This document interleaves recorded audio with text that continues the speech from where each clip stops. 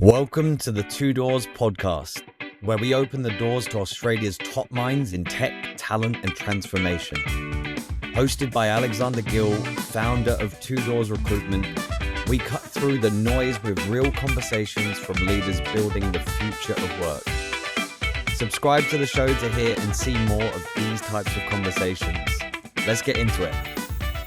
Ladies and gentlemen, welcome back to the Two Doors podcast, and I am here today with John Sullivan.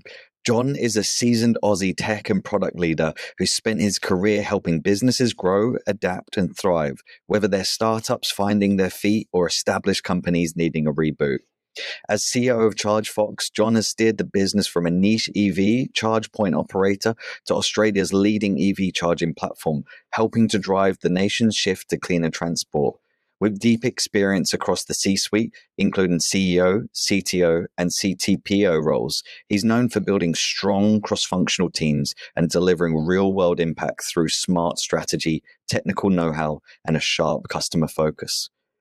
John's led product and technology transformations at major players like MYOB, AWS, Bright, Census, and Qantas Group where he's delivered cloud-native platforms, agile ways of working, and scalable digital services.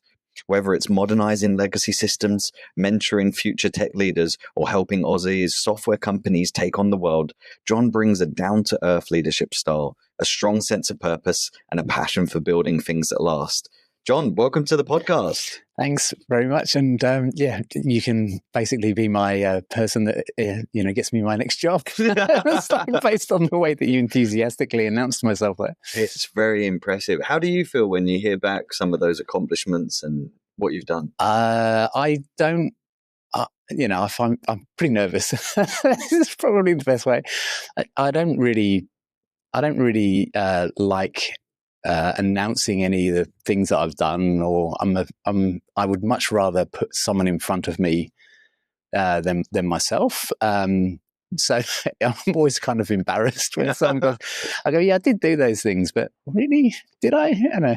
But yeah, I did. That's your humility coming through. And for anyone who doesn't know John's story, it is a very impressive one where 16 years old, left home, went to London, started getting into tech, and just You've done some really impressive things, so I'm in awe, and I'm excited for today because you've led many organizations. And how do you feel that your leadership style has evolved over those years? I think it's changed as I've matured as a person. I think if you looked at me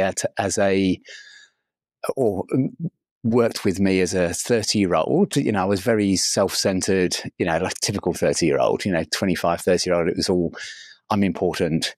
And then as you mature as an individual, I kind of understood that that I was more powerful, and that's not like a maniacal powerful, but I could achieve better things, and better things happened around me if I enabled people and I led people to do things, and there was this power sort of multiplier of the number of people you could align and get to work on something towards a common goal.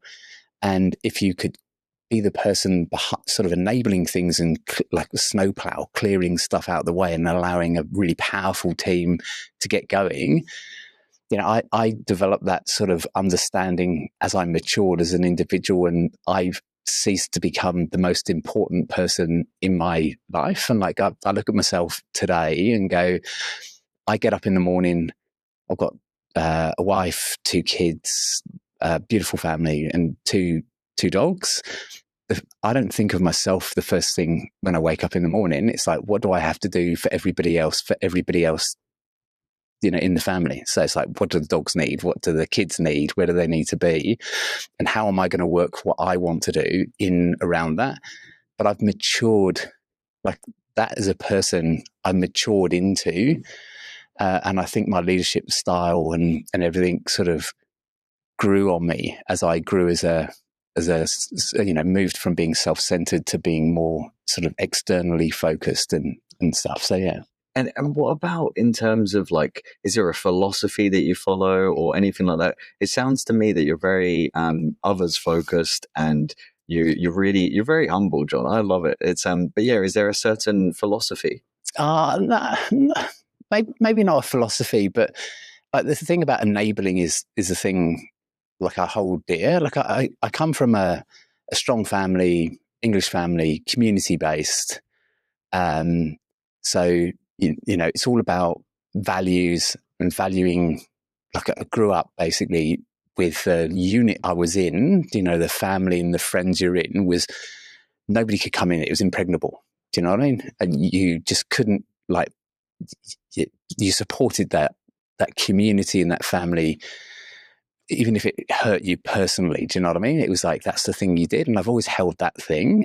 But then I've grown to understand that, like, don't think about yourself and like and how and what you're going to how you're going to appear, or the benefit that's going to get attributed to you, or the reward that's going to get attributed to you. It's like, how do I get this thing done, or how do I help other people get this thing done, and how do I enable things to do it? And in the end, if you don't focus on the result, but you focus on the actions that need to happen, then you'll get to the best end point that you can, rather than, I think when people focus on the end result too much, they end up getting a substandard result. But it's an art, isn't it? And it's like you've scaled teams rapidly. So what are the key things founders or heads of tech often get wrong in the early days? Well, it depends. Like if when you say I've led teams, like most of the teams I've led they're all tech focused. They're all tech focused teams. In a tech space, the biggest thing I've seen is there is a, like when you're building a product or something like that, the biggest thing I've seen is people scale team. Like scaling teams is actually easy if you're just looking at a sheet of paper with numbers of people on it. But there's a certain surface space that you can apply the art of technology building to. Do you know? It's like digging a hole. You can't put 14 navies in a hole if the hole's only big enough for two people. Do you know what I mean? They're basically hitting each other with spades and trampling on feet.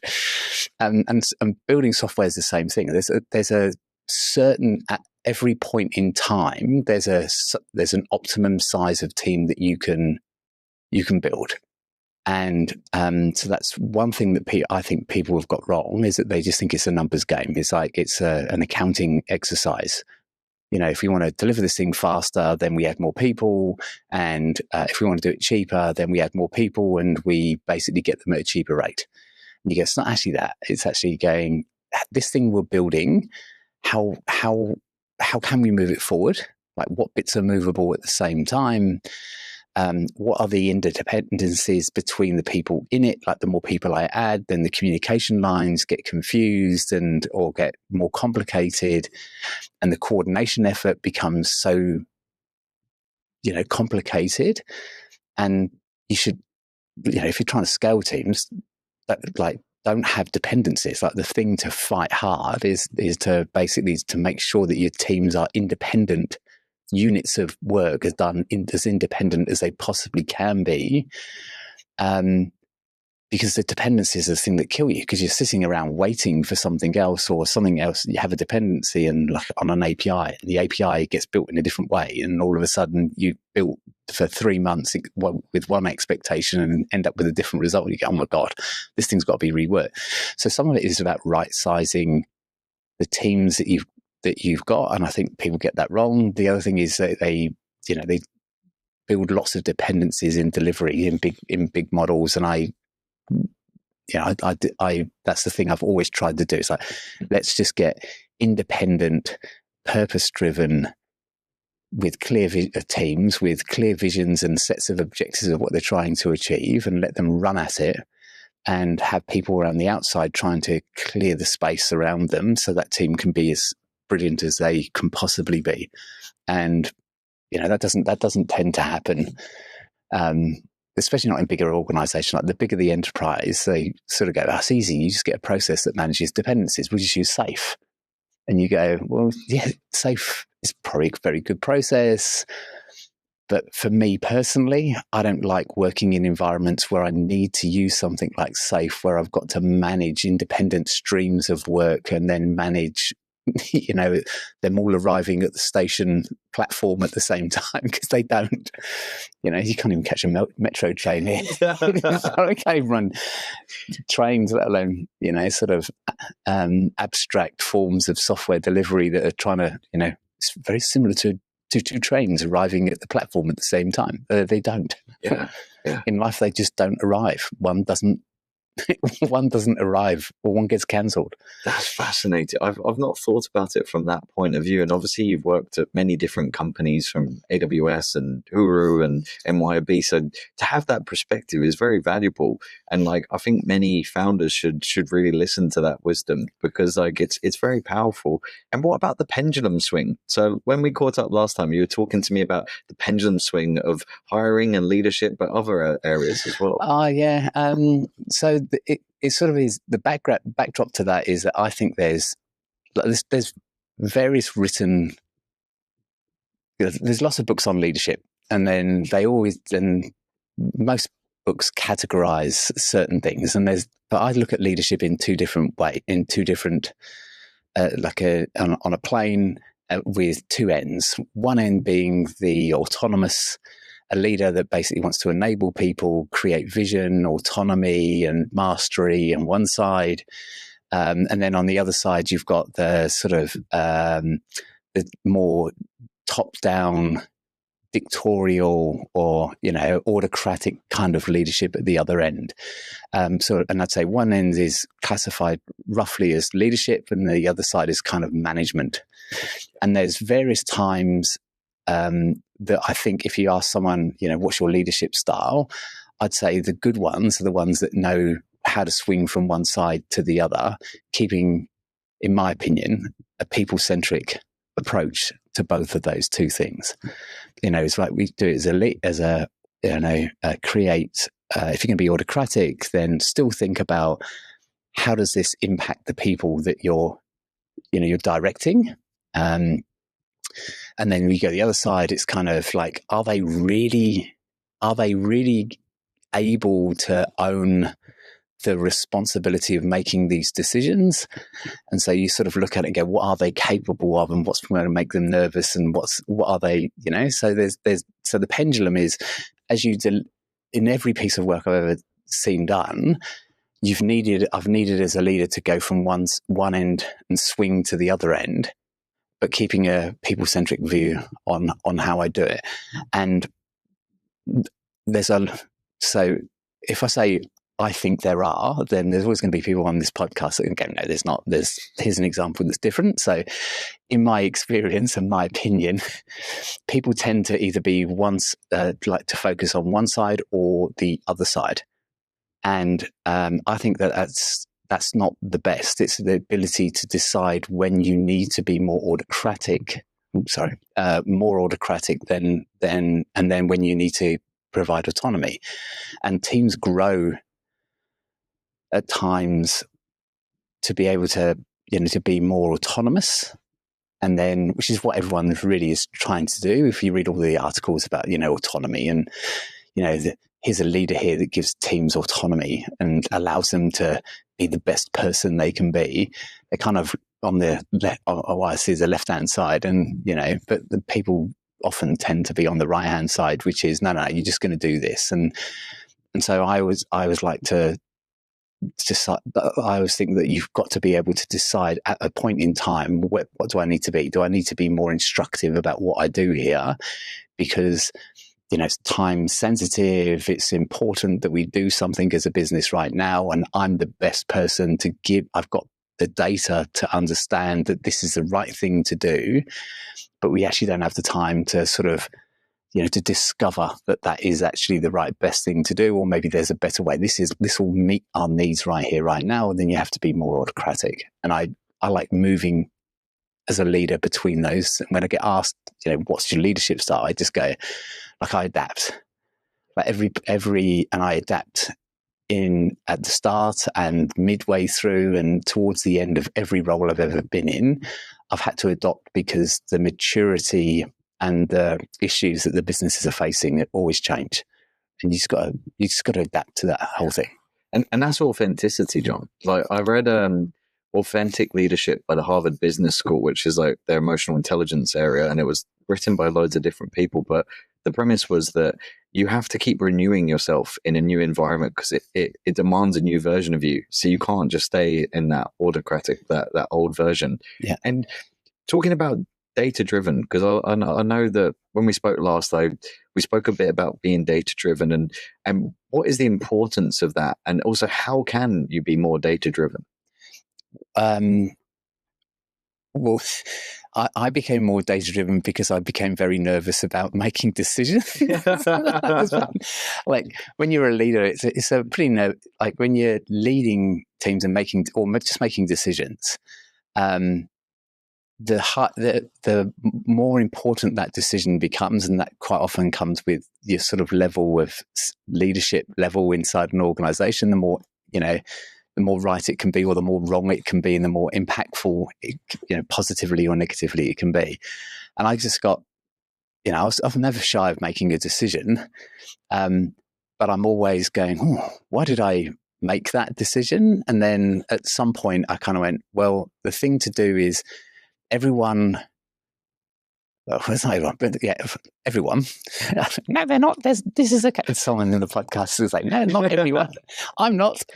I'm Brian, and so's my wife. It's like, but everyone makes a decision at some point, and I think first of all, it is chemically or emotionally driven decision, and it's because historically you've got this sort of understanding in your mind suddenly goes, do this, and it's then validating whether that is actually the right thing or not. And I at some point realized that I've got to stop quickly and just check why I'm doing something.